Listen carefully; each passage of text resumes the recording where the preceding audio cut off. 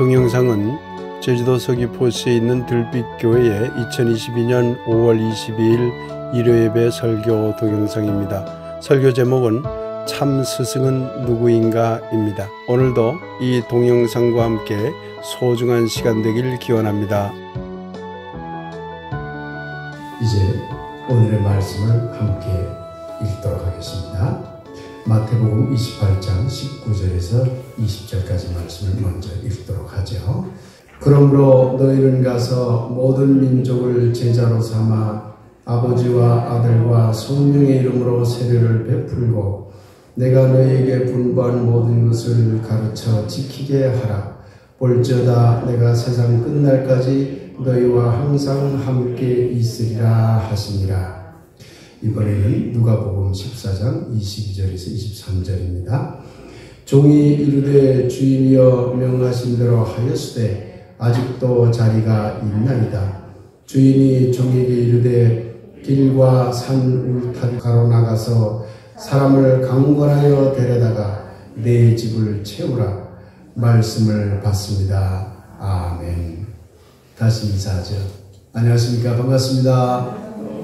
지난주 설교를 잠시 되돌아보겠습니다. 지난주에 당신의 스승은 누구입니까? 라는 질문을 여러분에게 던지고 결론적으로 누구나 스승이 될 수 있습니다. 그러나 또한 누구나 스승이 되기 어렵습니다.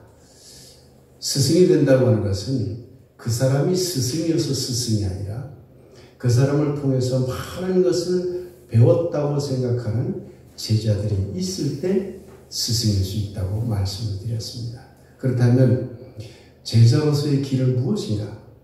이 질문을 여러분에게 던졌고 다음 주로 그 이야기를 넘기겠습니다. 라고 말씀드린 바 있습니다. 오늘 제자의 삶이란 무엇이고 제자의 길이란 무엇인지라는 이 의미 추구를 통해서 21세기의 새로운 선교였는지 그리고 21세기의 기독교가 어떤 길을 가야 할 것인지 또 그리스도인들이 어떤 삶을 살아야 할 것인지에 대해서 다시 한번 새롭게 생각해 보고자 합니다. 오늘도 말씀을 통해서 새로운 깨달음과 또한 그 말씀을 통해서 어떤 마음의 다짐을 하게 되길 예수님의 이름으로 간절히 축복하며 기원합니다. 아멘. 선교라는 용어를 알아보도록 합시다. 이 선교라고 할 때 선자는 널리 알린다 이런 말입니다. 선포하다 할 때 쓰는 말입니다. 그러니까 널리 베풀어서 알린다 하는 말이에요. 교자는 기독교를 말합니다. 여기서 교자는 그러니까 선교라는 말은 기독교를 널리 알려서 믿게 하는 기독교를 믿게 하는 활동을 모두 합쳐서 선교라고 할 수 있지요. 그런데 이것을 영어로 말할 때는 미션이라고 합니다. 임무라고 해석하기도 하죠. 사명, 임무 그런 말입니다. 그러니 널리 밖으로 나가서 기독교를 알리는 사명을 가지고 소명을 가지고 하는 활동들 그걸 미션이라고 합니다. 그런데 라틴어 미시오라는 말에서 나온 말인데 이 미시오라는 말을 여러분들은 꼭 기억해 두시기 바랍니다. 이 미시오라는 말은 널리 베풀다 그런 뜻입니다. 어디로 널리 나가서 파견해서 무엇을 알리다 그런 뜻입니다. 이 선교라는 말 자체가 그런 의미를 갖고 있습니다. 이 선교와 관련해서 우리 기독교는 성서구조들을 통해서 선교의 중요성을 강조합니다. 오늘 함께 읽은 마태복음 23장 19절 20절도 그 중에 하나입니다. 그러므로 너희는 가서 모든 민족을 제자로 삼아 아버지와 아들과 성령의 이름으로 세례를 베풀고 내가 너희에게 분부한 모든 것을 가르쳐 지키게 하라. 볼지어다 내가 세상 끝날까지 너희와 항상 함께 있으리라 하시니라. 여러분이 너무나 잘 아는 성서구절입니다. 그러나 이 성서구절을 오늘 저는 완전히 새롭게 해석해 보려고 하는 겁니다. 여러분에게 오래전에 이 성서구절을 통해서 말씀드렸습니다마는 내가 너희에게 분부한 모든 것을 가르쳐 지키게 하라고 하는 이 말을 예수를 믿게 하고 예수를 그리스도로 고백하게 하여서 기독교를 믿게 하라. 그런 말이 아니라는 것을 여러분에게 분명히 말씀드렸습니다. 예수님이 이 말을 할 때는 기독교라는 종교가 없었습니다. 기독교라는 종교가 없었는데 어떻게 예수님이 기독교입니다라는 뜻으로 말씀했겠습니까? 앞뒤가 전혀 안 맞는 얘기죠. 내가 너에게 분반 모든 것이라고 하는 것은 예수님이 많은 것을 가르쳐 주셨죠. 그러나 그걸 줄이면 하나님 나라를 이 땅에 실천하는 겁니다. 그 실천을 위해서 서로 사랑하라는 거죠. 그거는 끝나는 거예요. 예수 믿는 것과는, 기독교 믿는 것과는 상관없는 말입니다. 이 말은. 왜? 기독교가 없을 때 어떻게 기독교 믿으라고 예수님이 했겠습니까? 앞뒤가 안 맞는 말이죠. 그렇게 해석을 하면.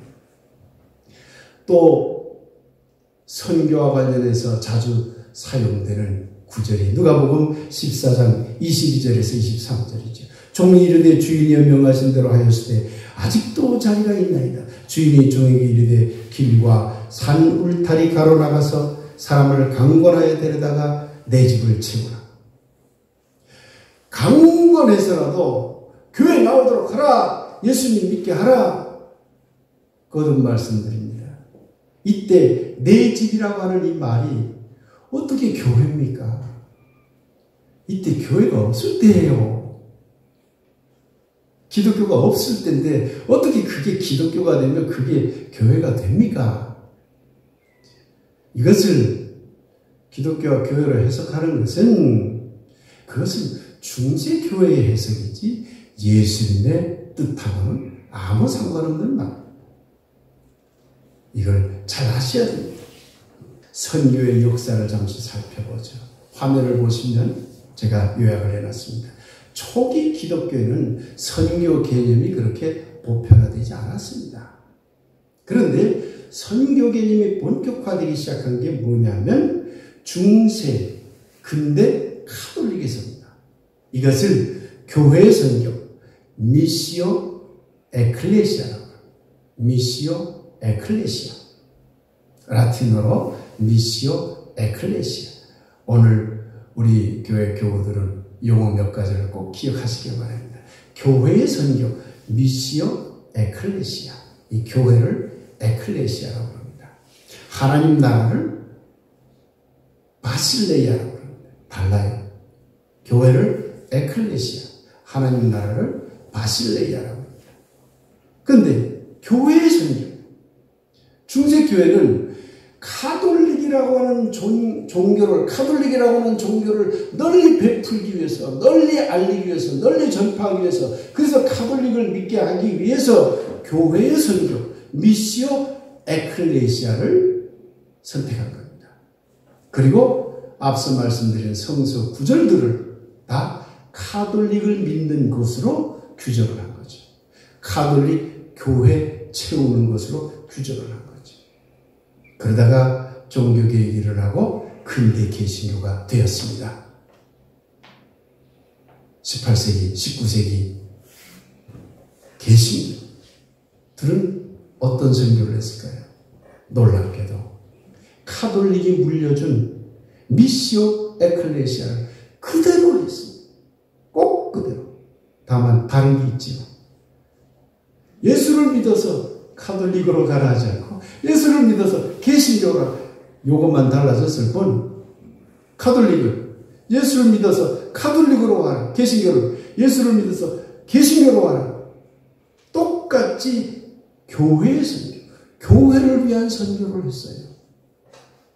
대단히 잘못된 선교죠. 예수님 뜻과는 전혀 상관없는 선교를 한 겁니다. 이것을 미시오 에클레시아라고 합니다. 그런데 1952년 깨어있는 선교신학자들이 이래서는 안 된다. 어떻게 교회 장사하느냐. 이래서는 안 된다. 선교의 방향을 바꾸자 그래서 하나님의 선교라는 용어를 들고 나옵니다. 이것을 미시오 데이라고 합니다. 데이라는 말이 하나님이라는 말입니다. 데이. 이게 그 라틴어로 데이 그런 말은 하나님이라는 말입니다. 미시오 데이, 하나님의 선교를 외쳤어요. 이 하나님의 선교는 도대체 무엇일까? 지금도 하나님의 선교를 많이 외치고 있지요. 그런데 아직도 한국에 있는 보수교단에서는 미시오 에클레시아, 교회 선교를 외쳐요. 진보교단에서는 하나님의 선교를 외쳐요. 이게 도대체 어떤 차이가 있을까? 한번 살펴봅시다. 교회의 선교와 하나님의 선교. 교회의 선교는 선교의 목적을 기독교 개종으로 삼습니다. 다 세상으로 나가서 기독교로 다 믿도록 바꾸자. 이게 그들의 목적입니다. 그러니까 카톨릭을 믿게 하든 개신교를 믿게 하든 미시오 에클레시아인 거죠. 교회를 알리는 선교다, 그런 말입니다. 그런데 하나님의 선교는 기독교로 개종하자가 아니라 세계의 평화를 이루어야 된다. 어려운 가난한 자들을 위해서 애써야 되고, 잘못된 어떤 독재 정권을 향해서 우리가 바른 소리를 해야 되고, 자유를 위해서 투쟁해야 되고, 사회를 개혁해야 된다. 그래서 세계 평화를 이루어야 된다. 이것이 선교의 목적이어야 된다고 주장을 합니다. 완전히 달라졌죠. 교회의 선교는 세상을 대상화합니다. 세상으로 가서 기독교를 믿도록 개종시켜야 된다. 하나님의 선교도 마찬가지예요. 세상으로 가서 세상이 많이 타락하고 많이 싸우고 전쟁하고 그러니 평화를 이루도록 우리가 나서자. 이게 하나님의 선교입니다. 그런데 교회의 선교는 가서 그들을 제자로 삼아 가르쳐서 기독교로 개종시키자. 하나님의 선교는 세상으로 가서 그들을 제자로 삼아 싸우지 않도록 하자. 평화를 이루도록 하자. 개혁을 하도록 하자. 자유로운 나라를 만들도록 하자. 사실 제자로 삼아 가르치겠다고 하는 것은 같은 겁니다. 그런데 다른 것들이 있죠. 교회의 선교는 세상이 교회를 위해 있어야 한다고 봐요. 세상이 교회를 위해서 있어야 된다고 보는 거죠. 그런데 하나님의 선교는 이걸 뒤집어 버린 겁니다. 이것만도 놀라운 일입니다. 교회가 세상을 위해서 있어야 한다. 교회가 세상을 위해서 있어야 된다. 이게 하나님의 선교입니다. 그 결과 교회의 선교는 강권해서라도 기독교를 믿게 만들어야 된다. 그러니 그냥 쳐들어가서 강제로 안 믿으면 죽게 만들고 쫓아내고 그래가지고 다 기독교 국가 만들려고 그 제국주의로 나쁜 짓들을 다 한 거지. 아직도 그러고 있는 기독교가 있어서 참 슬프다, 그 말이에요. 그러나 하나님의 선교는 제국주의 선교는 안 된다. 사회적인 정의 실현을 위해서 애써야 되지. 어떻게 강압적으로 기독교를 믿게 강요할 수 있는가? 많이 다르죠? 그런데도 불구하고 교회의 선교나 하나님의 선교나 매우 중요한 공통점 세 가지가 있습니다. 첫째는 교회의 선교가 됐건 하나님의 선교가 됐건 세상을 대상으로 취급한다는 거예요. 세상을 바꿔야 될 곳으로 생각한다는 거예요. 세상을 대상으로 생각해요. 기독교가 주인공이고 나는 주체고 기독교는 주체고 너희들은 객체다. 그러니 이 주인공이 하는 말을 너희들은 들으라. 교회 선교는 그렇게 하면서도 기독교 믿어라 이거고 여기는 그렇게 하면서도 평화를 이루라. 이것이 달라질 뿐 접근하는 방법은 동일한 거죠. 세상을 대상으로 취급해요. 그러고는 그들을 어떻게 한다고요? 그들을 가르치고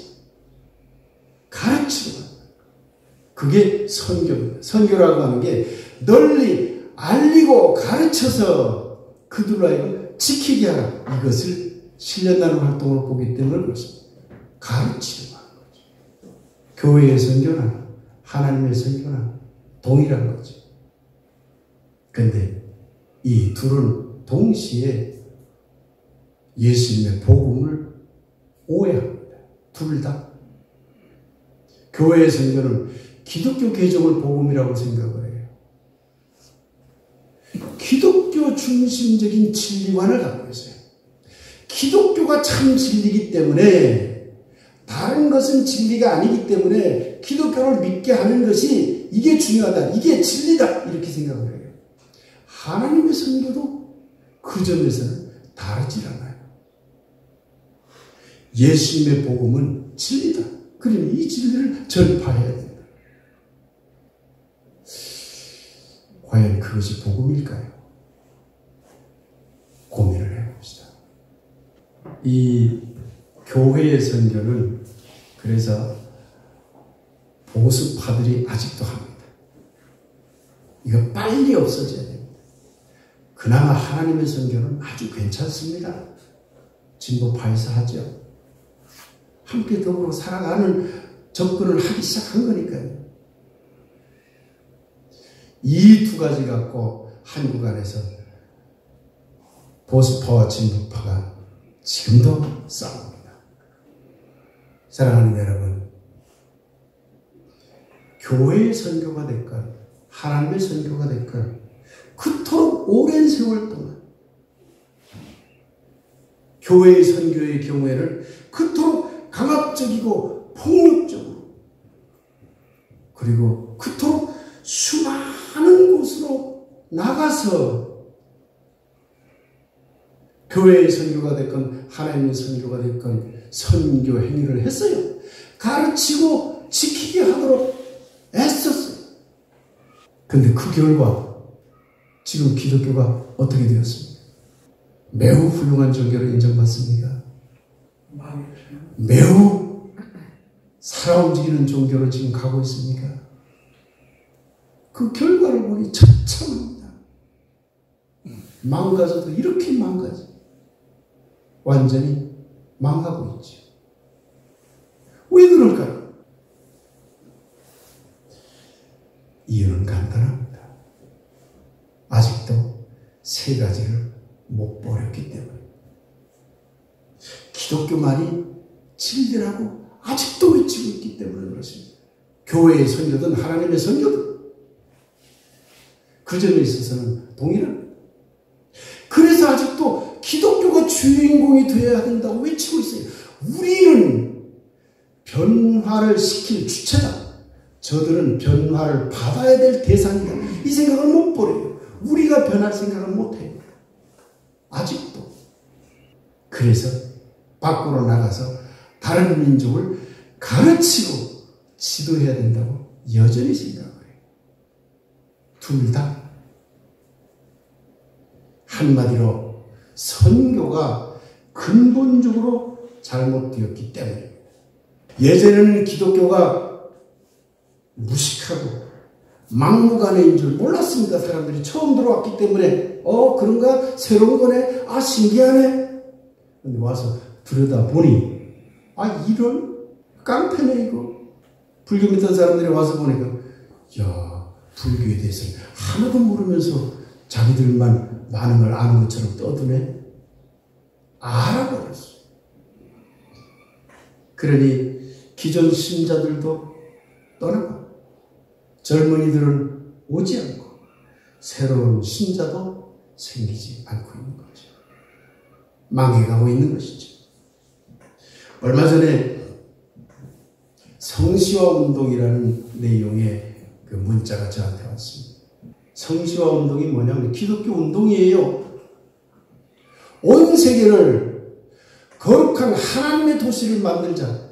거룩할 성자에다가 도시 시자 쓰는 거예요. 예전에 이명박 대통령 때 서울을 하나님께 바치자, 서울을 기독교 도시로 만들자 하는 운동이다 그 말입니다. 이거 깡패예요, 깡패. 이거는 이 선교가 아니라 깡패 운동이야. 그리고 이 세상이 어떻게 돌아가는지 다른 종교가 얼마나 깊이 있는 진리를 이야기하고 있는지를 전혀 모르는 무식한 운동이에요.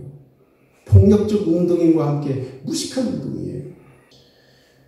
열방선교를 외치는 것 제발 그만합시다.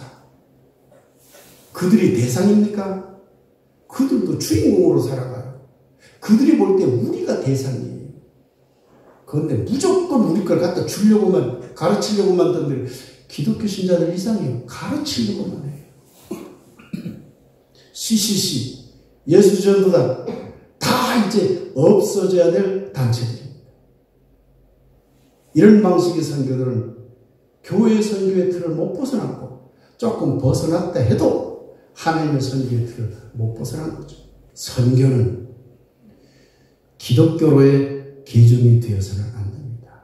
선교는 함께 살기 운동이어야 합니다. 하나님 나라가 함께 살기 운동이잖아요. 그러니 선교는 함께 살기 운동이어야 됩니다. 함께 살려면 여러분 어떻게 해야 되겠습니까? 함께 살려면 어떻게 해야 되겠습니까? 자기 걸 가르쳐야 됩니까? 상대방의 걸 배워야 됩니까?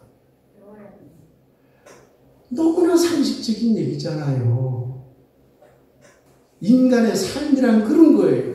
함께 살아가려면 다른 삶을 배워야 하는 거예요. 내 것을 가르치려고 하는 게 아니라 다른 삶을 배워야 하는 거예요. 함께 배워야만 함께 살기는 이루어지는 것입니다. 오늘 저는 다시 논어 이야기를 여러분에게 소개해드리겠습니다. 공자 논어의 수리편 19장을 보면 자왈 아비생이 지지자며 호고민이 구지자야 이런 말이 나옵니다. 풀어서 한번 다 같이 읽어보겠습니다. 시작. 공자께서 나는 태어나면서부터 많은 것을 아는 사람이 아닙니다. 옛것을 힘써 배우는 것을 좋아하는 사람입니다. 라고 말씀하셨습니다. 공자는 배우는 사람이었습니다. 그 결과 그는 인류의 위대한 스승이 되었습니다. 참 스승이 누구일까요? 그는 배우는 자입니다.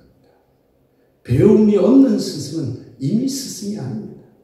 그러니 이제는 모든 민족을 제자로 삼아 가르쳐 지키게 하라는 말을 21세기에 들어선 우리들은 모든 민족을 스승으로 삼아 먼저 배우고 깨닫도록 하라는 말로 바꿀 수 있는 용기를 가져라.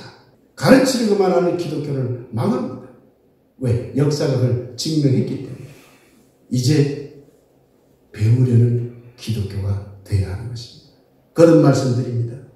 모든 민족을 제자로 삼아 가르쳐 지키게 하라는 말을 모든 민족을 스승으로 삼아 먼저 배우고 깨닫도록 하라.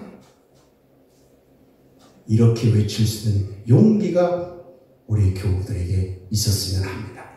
지난주 예수님은 수없이 많은 것을 배웠다고 여러분에게 자세히 풀어드렸습니다. 그 배움의 결과 예수님은 위대한 랍비가 될 수 있었던 겁니다. 배움이 없었다면 예수는 결코 위대한 랍비가 될 수 없었을 것입니다. 기독교가 인류의 참 스승이 되려면, 그리스도인들이 이웃들에게 참 스승이 되려면 먼저 배워야 합니다. 배움의 길을 가지 않으면 기독교는 인류의 이 세상의 스승이 될 수 없습니다. 배움의 길을 가지 않으면 그리스도인들은 세상의 빛이나 세상의 소금이 될 수 없습니다. 우리 집사람이 체코 지역 동굴아파 쪽을 여행을 하고 와서 그쪽 음식 맛은 있는데 너무 짜. 그러니까 뭐 얼마나 짜게 당신 상상 못할걸? 너무 짜. 여러분, 소금이 짜다라고 하는 기준이 있을까요? 없을까요? 없습니다. 문화마다 다른 거죠. 기독교의 짠맛을 불교 사람들이 느끼는 짠맛, 그 틀렸다 하고 가서 기독교 짠맛을 집어넣겠다고 하는 건 얼마나 어리석은 일입니까, 여러분? 만일에 불교의 짠맛을 그 사람들이 기독교 와서 너희들 짠맛 엉터리야, 우리 짠맛으로 가, 그러면 여러분 좋겠습니까? 아무리 밝은 빛이라고 하더라도 그 빛을 비추려고만 하면 그 빛은 폭력이 됩니다. 아무리 좋은 소금도 이런 만큼의 짜기로 먹어야 돼 그러면서 그 짜기로 다른 사람들의 입맛보다 동일화시키려고 하면 그것도 폭력이 됩니다. 다른 사람들은 어떤 짠맛으로 살아가는지를 배워야 하는 것입니다. 다른 사람들은 어떤 밝기로 살아가는지를 배워야 하는 것입니다. 배움이 없이 어떻게 세상의 빛과 소금이 되겠습니까? 이제 기독교는 완전히 변해야 합니다. 가르치려고만 하던 기독교, 선포하려고만 하던 기독교에서 배우는 기독교로 변해야 합니다. 이걸 조금 줄이면 미시오에서 디스코로 바꿔야 됩니다. 제가 라틴어 전문가는 아닙니다. 그러나 살펴보니까요, 재미있더군요. 배우다라는 말이 디스코거든요. 디스코. 여러분 디스코 춤 알죠? 그게 배우다라는 말이더라고. 아하. 알아먹기 쉽죠? 잊지 마세요. 미시오 대신 선포하고 가르치려고 덤벼들지 말고 이제는 디스코 합시다. 디스코. 배웁시다. 기독교가 유일한 진리라고 그렇게 독선적으로 말하지 말고 다양한 진리가 있다는 것을 인정합시다. 기독교가 주인공이 돼서 항상 세상을 대상화하려고 하지 말고 거꾸로 우리가 대상화가 되어보자. 우리가 대상이 되어보자고요. 우리가 이웃이 되어보자 그 말입니다. 이렇게 되어야만 기독교는 다시 살아날 수 있습니다. 사랑하는 여러분, 기독교가 인류의 참 스승이 되기 위해서는 그리스도인들이 이웃의 빛과 소금으로서의 참 스승이 되기 위해서는 먼저 해야 할 일이 있습니다. 오늘 저는 과감히 그것을 여러분에게 말씀드리고자 합니다. 21세기에는 선교라는 말을 버려야 합니다. 선교라는 말을 완전히 없애버려야 합니다. 왜 그럴까요? 선교라는 말 자체가 기독교를 베푼다라는 의미를 가진 말이기 때문에 그 말 속에는 이미 기독교 우월주의, 기독교 중심주의, 기독교 절대주의 의미가 포함되어 있는 말이기 때문에 그렇습니다. 그 말을 버리지 않는 한 기독교의 새 생명은 일어나지 않을 것입니다. 미시오 에클레시아, 교회 선교도 버립시다. 우리 교회는 이미 버렸습니다. 그런데 제가 이 설교를 준비하면서 미시오 데이도 버려야 할 때가 됐다는 걸 느꼈습니다. 하나님의 선교도 버려야 합니다. 진보적에는 하나님의 선교라는 용어도 버리라고요? 그렇습니다. 하나님의 선교라는 말에도 이미 기독교를 고백하는 사람들의 가르침을 선포한다는 의미가 들어있기 때문에 그렇습니다. 그게 예수님의 정신인가요? 그래서 이 용어도 버려야 합니다. 하나님은 기독교 편에 서서 다른 편에 서 있는 사람들을 가르치고 깨우치고 지도하고 지시하라 라고 하는 분이 아닙니다. 하나님은 모든 편에 서 계신 분입니다. 제가 가끔 여러분에게 얘기 드리잖아요. 이왕 하나님을 믿을 바에 정말 원대하게 믿읍시다.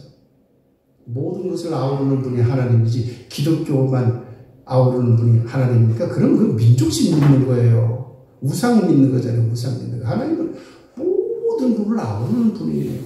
그 원대한 분을 믿어보세요. 그럼 그 하나님이 나는 기독교 편에만 섞여 저 불교 편은 다 저건 죽게 만들어라 그렇게 하시겠습니까?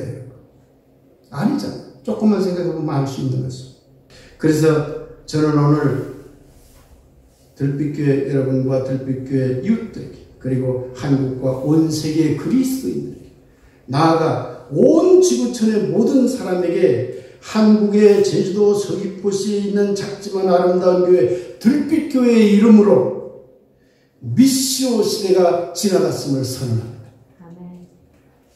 그리고 이제 서로 다른 존재들의 함께 살기를 배우는 시대, 디스코 시대가 되었다고 여러분에게 말씀드리고자 합니다. 사랑하는 여러분, 마음속으로 다 함께 외치십시오. 함께 살기를 함께 배우자. 함께 살기를 함께 배우자. 함께라는 말은 라틴어로 콘입니다. C-O-N, 콘. 함께. 콘 디스코. 함께 배워라. 콘 비타. 살기, 생명은 비타라고 합니다. 콘 디스코, 콘 비타. 라틴어로 말하면 그렇다는 거예요. 콘 디스코, 콘 비타. 우리 교회의 외침이 되었으면 좋겠습니다. 함께 살기를 함께 배우자. 사랑하는 여러분, 배움의 길이야말로 제자의 길입니다.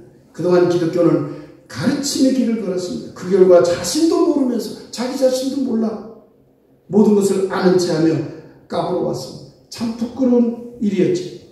이제 기독교는 가르침의 길을 과감히 버리고 배움의 길로 나서야 합니다. 배움이야말로 참 스승, 참 랍비가 되는 가장 중요한 길이기 때문입니다.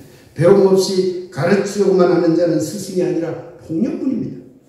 마찬가지로 배움 없이 가르치려고 만드는 기독교는 결코 참 스승이 아니라 폭력 종교가 될 뿐입니다. 배워야 삽니다. 기독교가 살아나려면 배워야 합니다. 지금까지 복음이 없다고 무시하던 타자들, 저 이웃들, 다른 종교들, 다른 민족들, 다른 문화들, 도리어 그들을 스승으로 모시고 배워야 합니다. 그래야 기독교도 살고 다른 종교도 살고.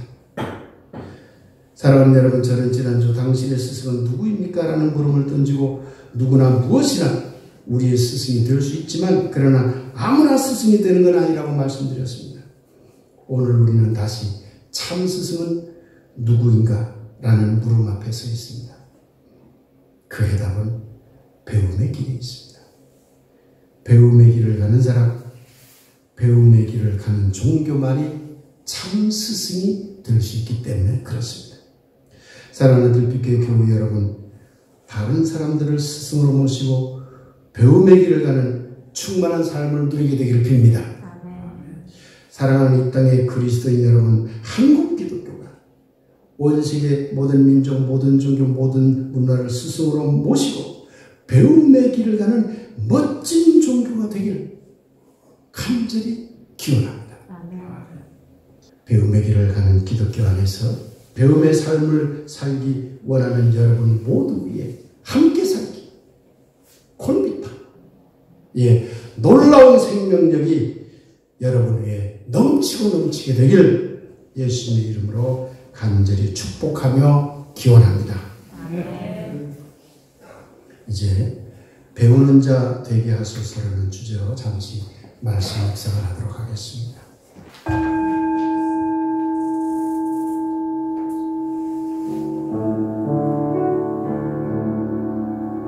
교회의 선교, 미시오 에클레시아는 이미 버렸습니다.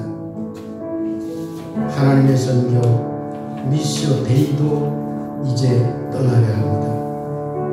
하늘이시여, 우리로 먼저 배우는 자가 되게 하소서. 세계를 제자로 삼지 말고 스승으로 모시게 하소서.